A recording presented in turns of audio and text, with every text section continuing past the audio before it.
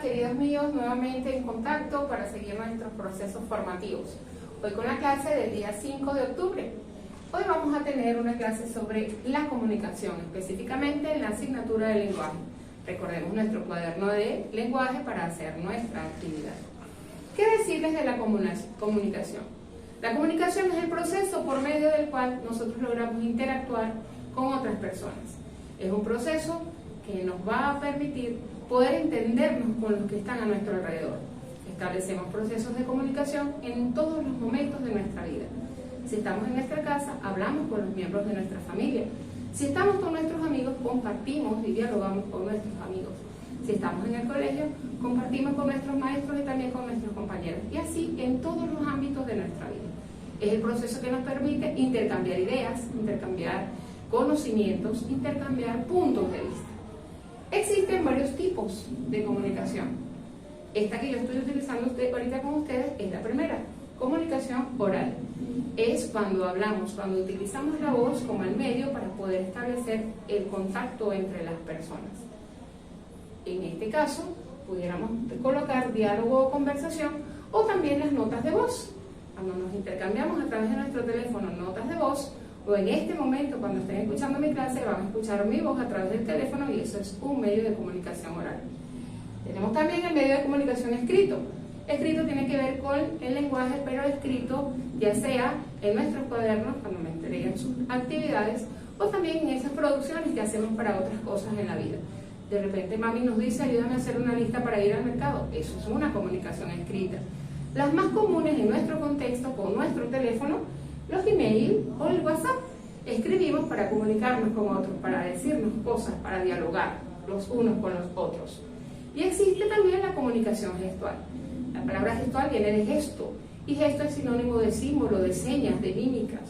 Entonces es todo lo que hacemos o cómo nos comunicamos a través de estos gestos.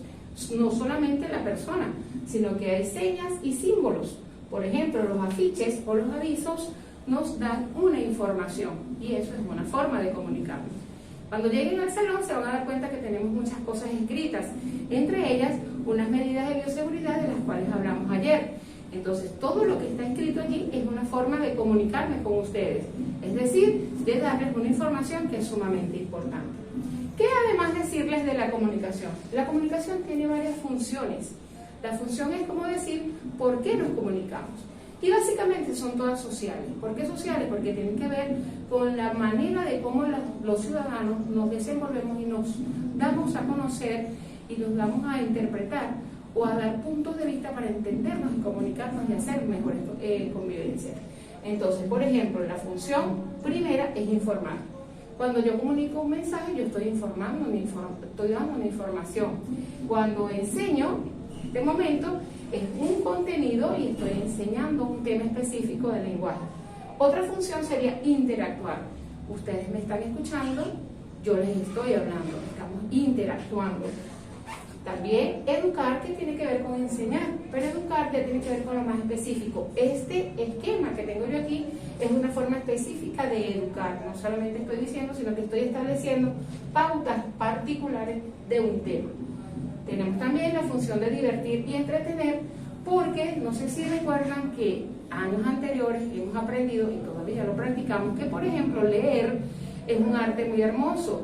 Y cuando leemos y compartimos con amigos lo que leemos, o cuando contamos chistes, o cuando nos sentamos a distraernos o a hacer catarsis, como decimos muchas veces, que es simplemente liberar las cargas fuertes de la semana, el estrés, nos sentamos y nos entretenemos y nos distraemos hablando los unos con los otros.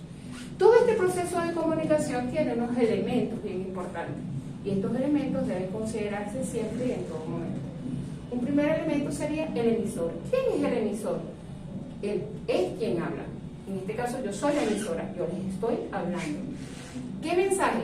El mensaje es lo que les quiero transmitir. En este momento el mensaje es la clase sobre la comunicación en la asignatura de lenguaje. Tenemos el canal. El canal tiene que ver con el medio o la técnica, la herramienta que estoy utilizando para comunicarme con ustedes.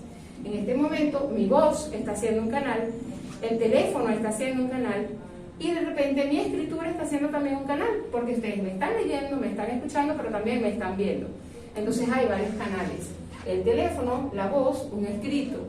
El contexto es el lugar. Y fíjense ustedes que los procesos de comunicación tienen que ver con ese lugar en específico. Si yo voy, por ejemplo, al médico, el doctor es el emisor que me va a dar a mí una indicación. Entonces, ese contexto sería un contexto médico. Si yo voy, por ejemplo, al mercado, el señor que me expende lo que yo necesito, él me está atendiendo, yo le hablo, él me escucha, él me atiende, y entonces será un contexto, si se quiere, económico, coloquial, comunitario, quizá diario.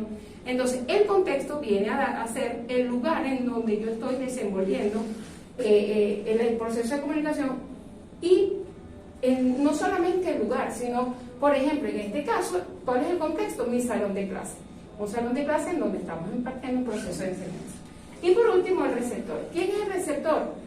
Usted, querido amiguito que me está escuchando, papá y mamá que me están escuchando, es decir, todo aquel que recibe el mensaje que yo como emisora les estoy transmitiendo.